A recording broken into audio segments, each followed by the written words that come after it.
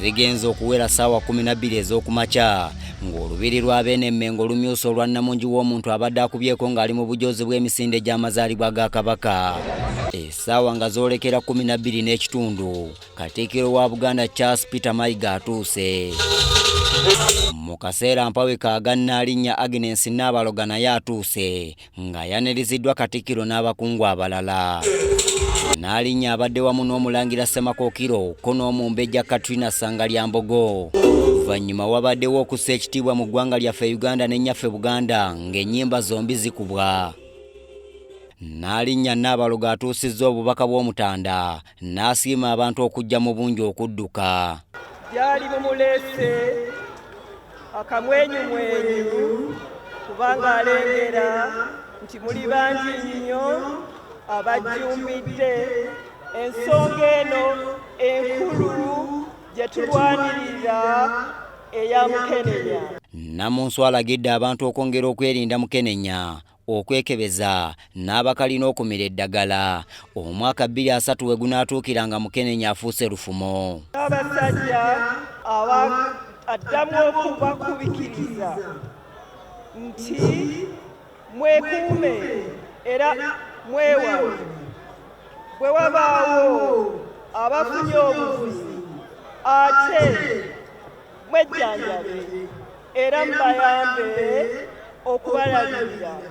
Mwebale nnyo okwagala okujja mu misinge gino era abaagaliza olunaku olulungi. Oluvannyuma akoze omulimu ogwamutumiddwa okuwubira abaddusi ng'abasimbulidde mu bibinja 3 okuli aba kilomita 21, 10 ne kilomita 5. Katikkiro wa Buganda Charles Peter Mayiga asabye abantu okwongera okuwagira Obwakabaka era bawulirize ennyo eddoboozi eriva embuga. Era bulijjo Kabaka engeri gyali kitaffe tumusoosooza, tuwulira kyagamba era ffenna wamu tukolere okuzza Buganda ku ntikko. Akulira oludda oluwabula gavumenti mu Paalamenti Joel Ssennyonyi akubiriza abavubuka obutasuula nnanga era beewala amakubo Mukenenya mwayitira. Twamala ne tuddirira kati mu Luzungu kye tuyita complacency.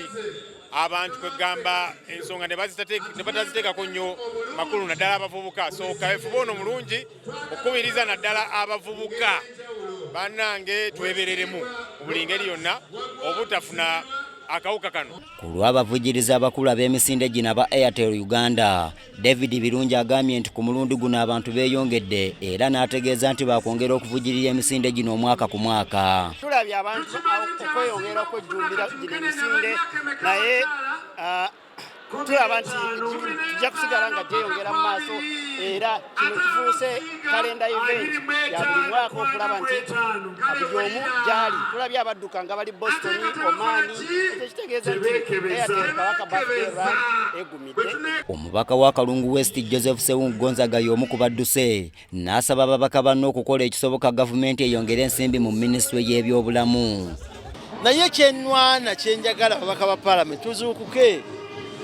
Ababaka mwenga UBC mutulaba buli lunaku matters of national importance. Eddwaliro lyange terina ddagala, eddwaliro terina bitanda, naye ate bagenda mu budget basala sente za health ne bawagira kibadde bakabira.